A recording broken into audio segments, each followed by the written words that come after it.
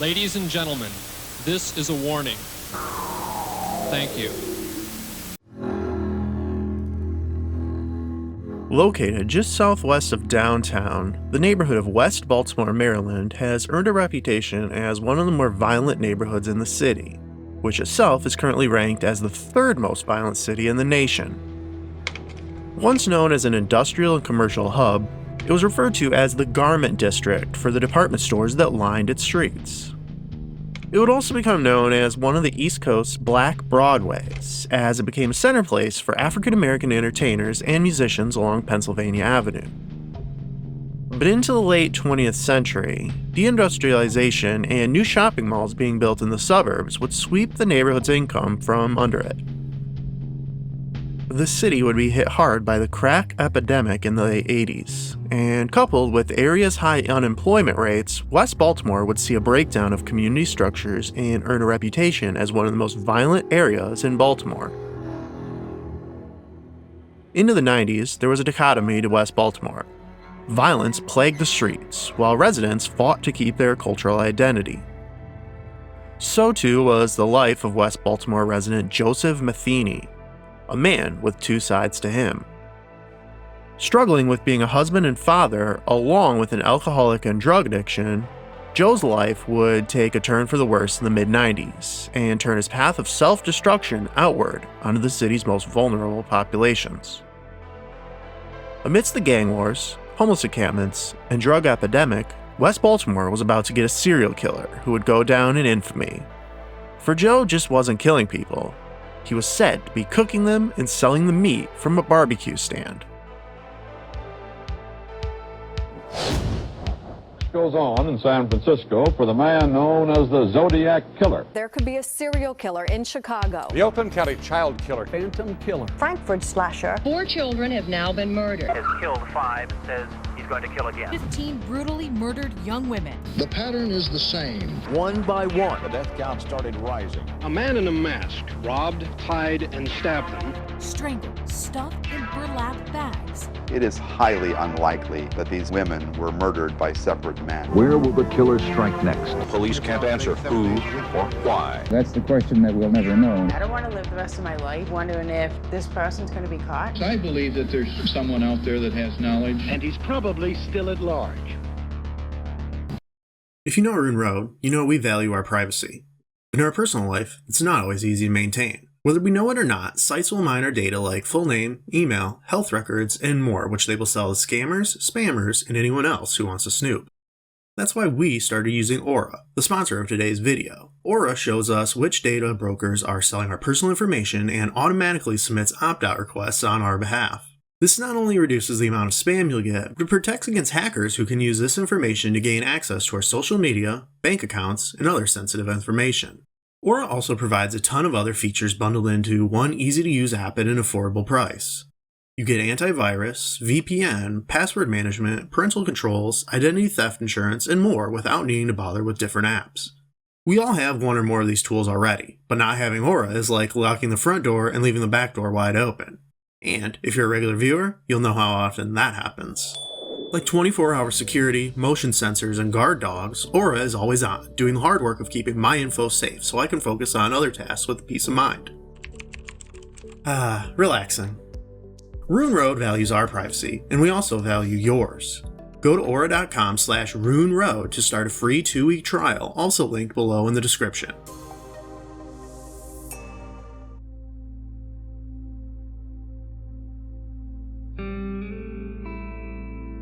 It is important to note that there are two sides to the story of Joe Metheny. There is what the court documents say he did, and what Joe himself says he did. Purported jailhouse writings take on a more embellished story than what would be reported at the time. It was March 2nd, 1955 when Joseph Metheny was born in the North Point Boulevard area of Essex, Maryland, to the parents Audra Earl and Jean Metheny. One of 6 children, the Methenys were a poor family.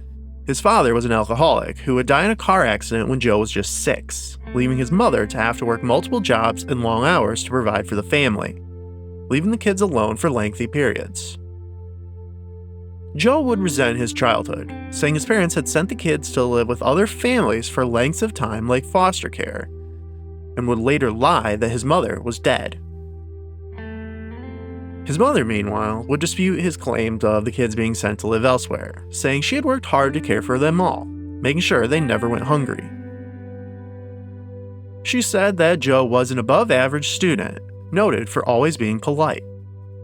At age 18, he would enlist in the army, serving in Germany, but again lied, claiming he had gone to Vietnam as a field artillery soldier, becoming addicted to heroin while over there. It is important to note that by 1973, when Joe enrolled, was the end of Americans' involvement in Vietnam, with just 50 soldiers in the country by the end of that year. Returning stateside from wherever he was, Joe would live a dual life.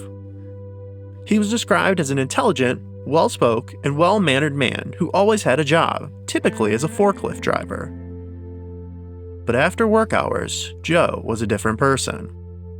He was a regular at the bars and stayed in homeless encampments in Baltimore's South Side. All of his earnings would be spent on crack, heroin, or booze, reportedly drinking a bottle of Southern Comfort each night. He started dating a woman who was also a drug user, and in 1988, the pair would have a child and move in together. The same year, he began working as a forklift driver at Joe Stein & Sons pallet factory in a small industrial section off of Caton and Washington.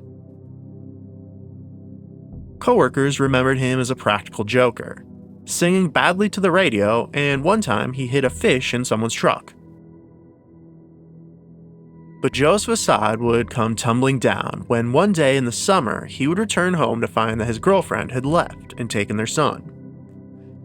In his mind, this act of betrayal would be the impetus for the murders, stating he didn't care if she had left, but did not want her to keep their child. And if only she had taken the kid to Joe's estranged mother, things would have gone differently. It was at this time that Joe had convinced his boss to allow him to stay in a small trailer along the southern corner of the fenced-in pallet company. Under the guise of acting as a security guard after hours, Joe claims he knew at that time the secluded location would be perfect for the disturbing things he intended to do. It was July 1994 when he would bring 39-year-old Kathy Magaziner back to his trailer. Kathy had graduated high school on South Bay Island on Lake Erie in 1969. That summer, she left for California, telling her friends that she was become a model. But her dreams never came to fruition. By 1980, she had moved to Baltimore and soon after separated with her husband. After the divorce, her addiction to prescription pills changed to heroin, and she began working the streets to pay for her habit. This is what led her to Joe Metheny. After the pair had sex, he would begin to strangle her with his hands. When she passed out, he wrapped an extension cord around her neck and suffocated her. Taking the money from her wallet, he would drag her out into the small sliver of woods behind the company and bury the nude body in a shallow 2-foot-deep grave, then hiding the purse and clothes elsewhere.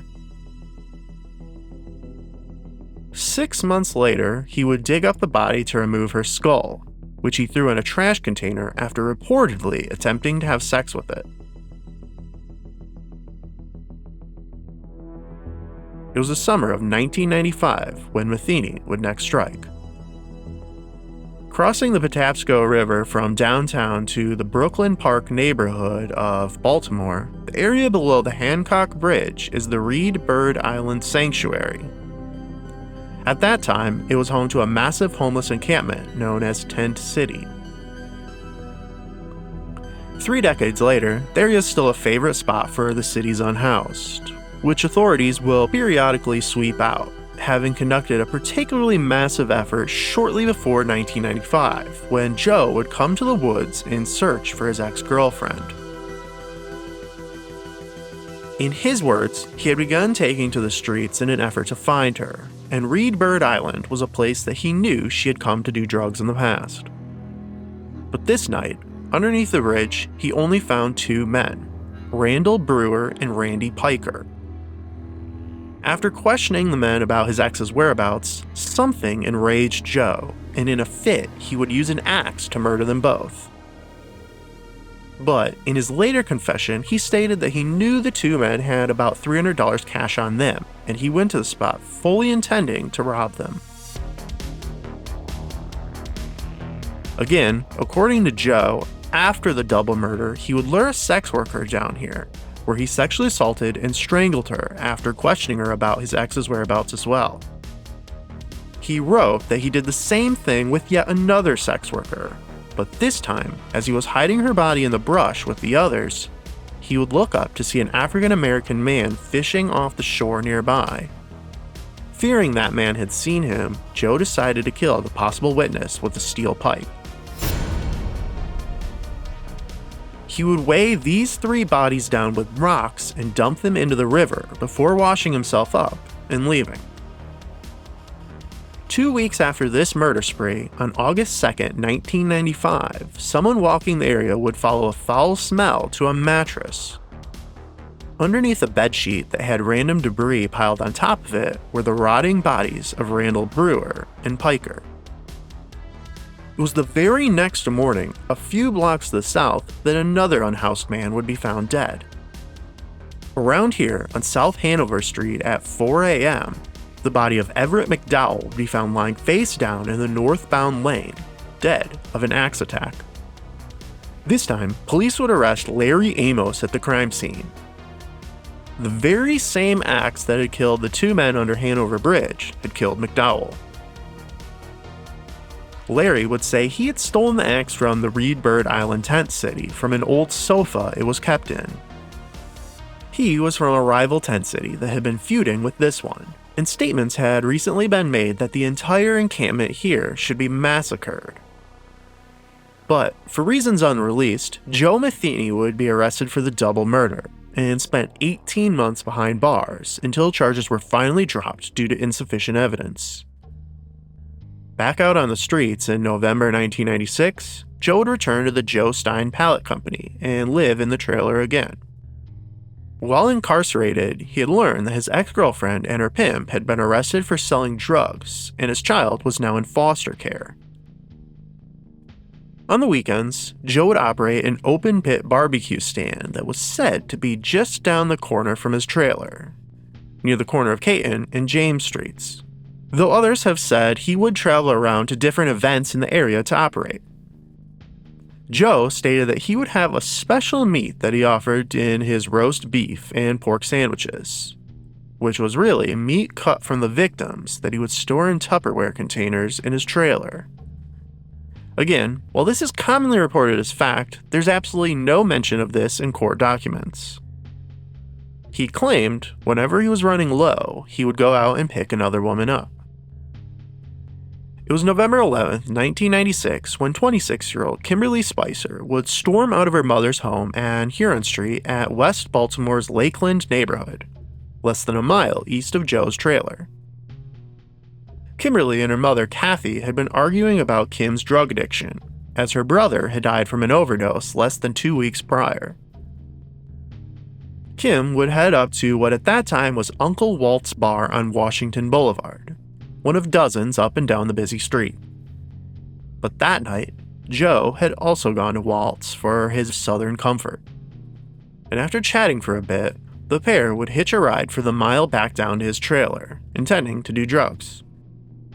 But once she was inside, Joe would stab the woman 26 times with a knife and have intercourse with the dead body. Finally, he would shove an empty beer bottle inside her vagina, wrap the body in a red tarp, and drag it underneath a truck trailer nearby. Less than a month later, on December 8th, 1996, he brought 37-year-old Rita Kemper back to his trailer. The pair had done drugs together on previous occasions, but tonight, after his sexual advances were turned down, Rita would run out of the trailer. He managed to catch her and drag her back in, beating her in the process of his attempted sexual assault. As he was doing this, he told her, "I'm gonna kill you and bury you in the woods with the other girls." Rita managed to get away from Joe, jumping out a window and climbing the barbed wire fence in her escape. Back out to the main street, she would flag down a passing police car.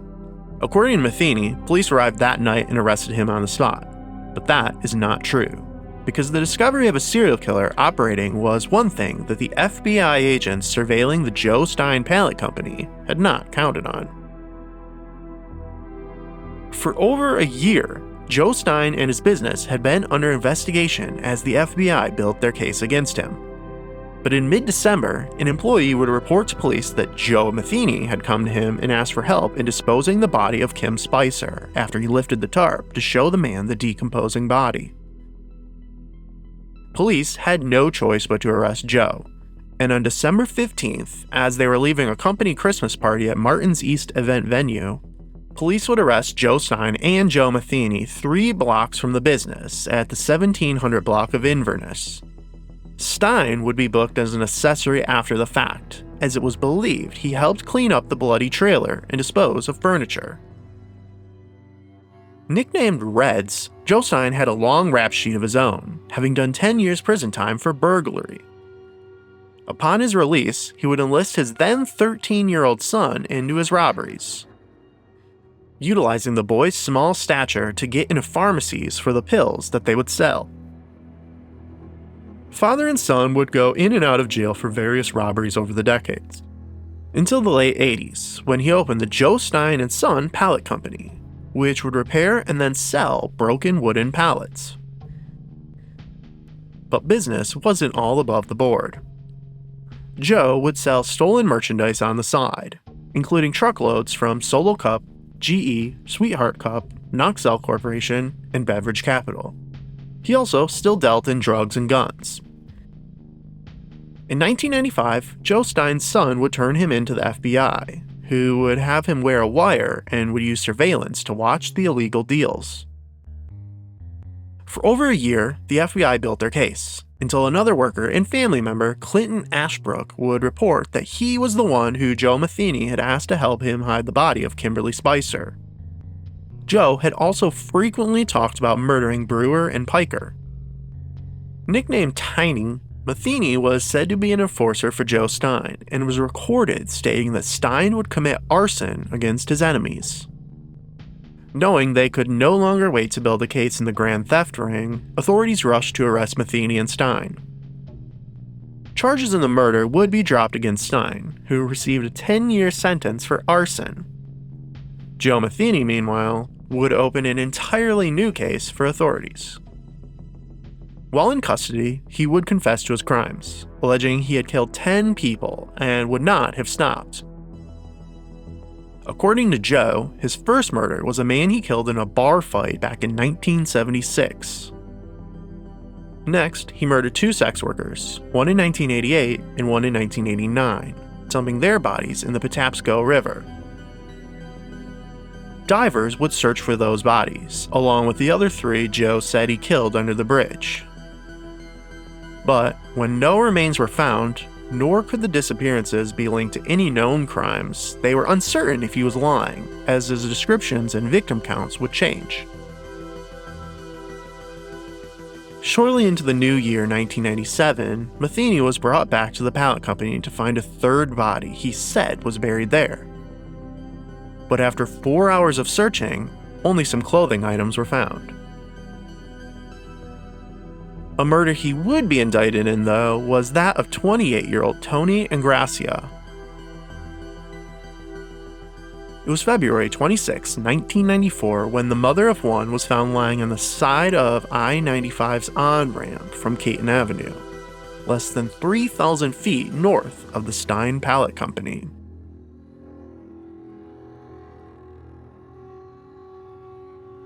Tony had struggled with drugs most of her life, and had been working on getting clean for several months.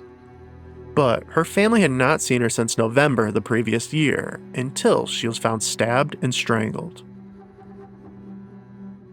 During his trial, yet again, Metheny had 2 sides. Over the next 2 years, he would waver between remorseful of his crimes, stating he was sick and needed help, even breaking down when he saw Kimberly Spicer's mother in the courthouse. But then, he also retracted his confessions, got an inverted cross tattooed on his forehead and stated he had no remorse for the murders, saying the words, "I'm sorry," will never come out of his mouth, and he enjoyed killing. His only regret was that he hadn't killed his girlfriend and her pimp, who were the two he was really after. In 1998, Joseph Metheny was found guilty in just the murders of Magaziner and Spicer, along with the abduction of Kemper. All other cases were dropped for lack of evidence. At his sentencing, Joe would plead for the death penalty. 2 years later, it was commuted to life behind bars. Joe Stein Jr. and his wife chose not to go into protective custody after turning his father in, instead accepting a $60,000 check to resettle elsewhere so they could keep contact with his wife's family. Tim Spicer's father would die of a heart attack on the first day of the trial, his wife suspecting the stress caused it. Kathy Magaziner would be cremated and her remains sent to Put-in-Bay, Ohio, at the request of her high school alumni association, who learned about her murder and offered to pay for the burial when her mother could not be located and her father had died back in 1982. On August 5, 2017, Joe Metheny would be found deceased in his cell by a guard. A convicted Baltimore serial killer has died this weekend. Joe Metheny, the bald man in the video, was found dead in his cell. The 62-year-old was serving 2 life sentences without parole for kidnapping, sexual assault, and 2 counts of murder. His cause of death has never been made public, with it being guessed he took his own life due to his desire to be executed. Even in death, the mystery of Metheny continued, with many outlets incorrectly using a photo of serial killer Joseph Bergenwald. Today, West Baltimore is poised for revitalization as a new subway and housing complex are planned.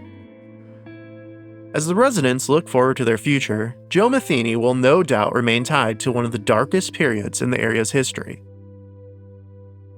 Naturally, if Metheny ever really did feed humans to his customers, will never be released.